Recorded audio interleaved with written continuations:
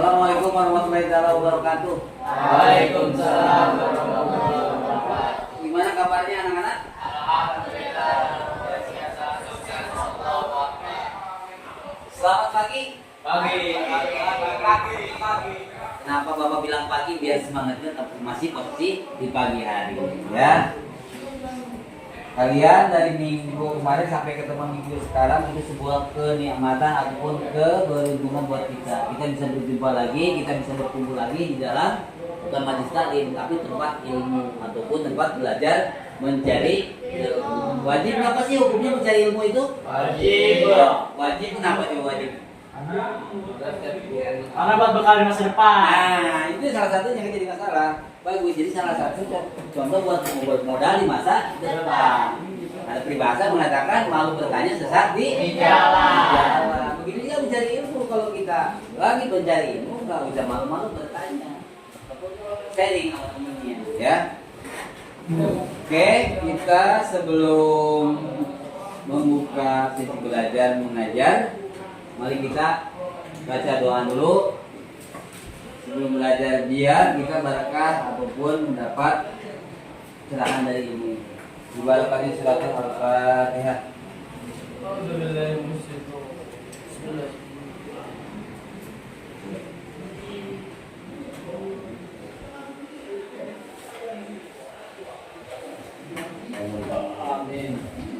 Lanjut, Bapak pengen tahu siapa aja yang masuk dan siapa aja yang sakit. Mudah-mudahan gak ada yang sakit ataupun tersakiti.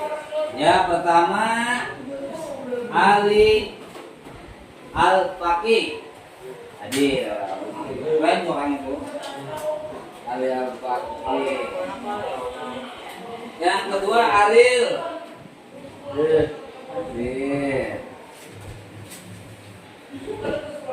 Yang ketiga Petra. Hadir. Alhamdulillah ya. Ikram, mana? Wah, luar biasa. Hadir terus ya. Semangat ya. Yang ketiga M Dafa. Oh, itu Bapak ya. M Najril, Muhammad Najril. Keren namanya. Luar biasa. M Ulul. Namanya Ulul Balba. Ya, bagus itu. Nafa. Mana? Oh itu. Naufal. Hah? Oh Nafa ya. Naufal Luis. Sekarang Naufal juga Naufal. Ini Naufal. Ini Naufal. Itu Naufal.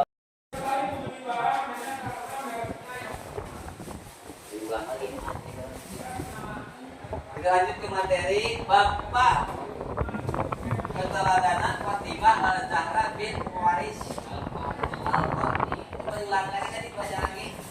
Baca dulu. Ada nggak bukunya? Mau buku. Jangan diantar ini. Nah, kita perhatian, kita simak dan kita rumuskan ataupun diskusi bareng-bareng ya. Ayo.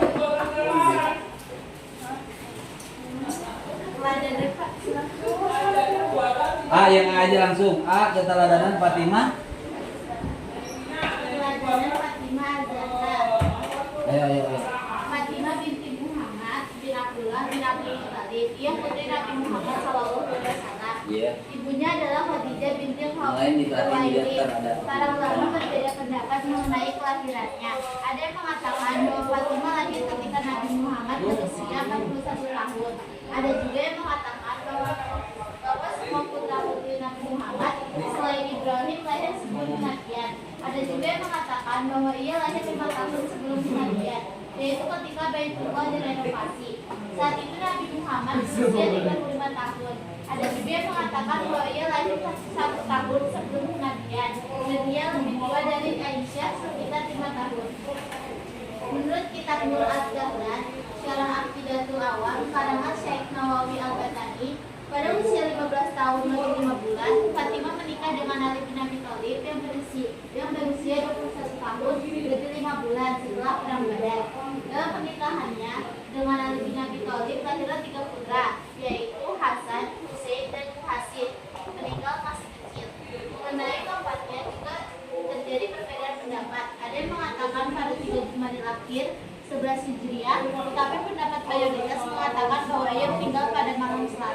3 Ramadan tahun 11 Hijriah dengan usia 28 tahun setelah sakit berat selama 40 malam.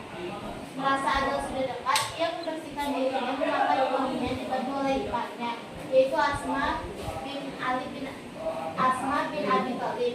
Ia meninggal dengan satu pesan bahwa hanya Ali bin Abi Thalib yang boleh menyentuh tubuhnya. Untuk itu yang memandikan dan mengkafani Fatimah sewaktu meninggal dunia adalah Ali bin Abi Thalib. Dan Ali pula yang menguburkannya bersama Hasan dan Husain pada tengah malam yang dimakamkan di pemakaman Al-Baqi. Fatimah merupakan perempuan yang terlahir dengan kecantikan serta kecerdasan mengesankan. Juga mempunyai kepribadian yang penuh dengan kesabaran, taat kepada orang tua, dan mandiri. Sejak usianya masih belia, ia harus menggantikan peran ibunya mengurus orang rumah. Fatimah diberi julukan dengan nama ibu ayahnya, yaitu Ummu Aminah. Fatimah sangat terkenal di dunia Islam karena hidupnya paling dekat dan paling lama dengan Rasulullah. Rasulullah sendiri sangat menyayanginya. Dari dialah keturunan Nabi Muhammad SAW berkembang dan tersebar di hampir seluruh negeri.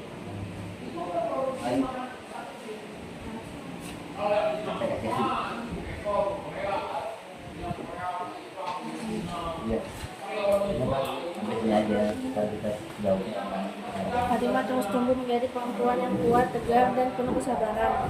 Ia juga tumbuh menjadi perempuan mulia yang sangat menjaga harga dirinya. Keistimewaan Fatimah ditandai dengan julukan-julukan yang diberikan kepadanya. Julukannya pertama adalah Zuhra, yang artinya cemerlang, gampang, perawan, dan gamis.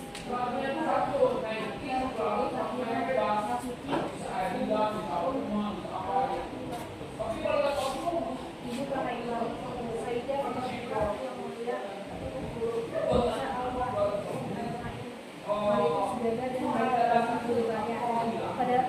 pada saat dakwah dari Mekah, melihat sang ayah ditentang oleh berbagai Quraisy. Demikian dia tidak membuatnya kecil hati dan sangat apalagi membohongi sang ayah. Dia menjaga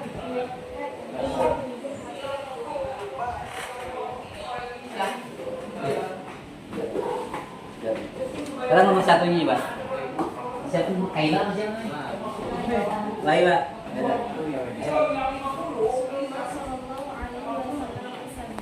Fatimah adalah sebagian daripadaku. Barang siapa ragu terhadapnya berarti ragu terhadapku, dan membohonginya adalah membohongiku. Hadis riwayat Al-Bukhari.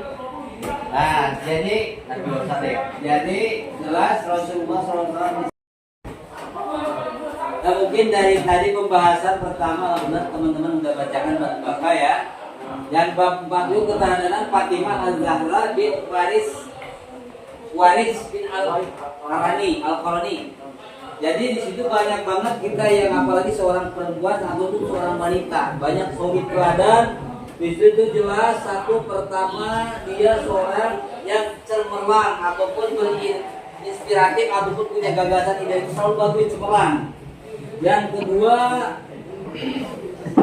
yang maha suci, namanya maha di atas suci lagi ya. Terus terpelihara, apa sih yang disebut terpelihara? Itu bisa menjaga harga diri dan keluarganya.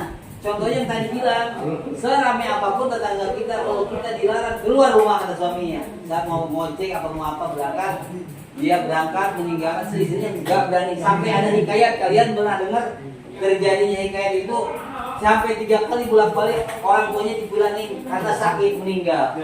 Sampai tetangganya bersuudon ataupun buruk sangka terhadap si wanita itu. Oh, itu orang tuanya dari mulai sakit ringan sampai sakit parah sampai meninggal nggak pernah datang.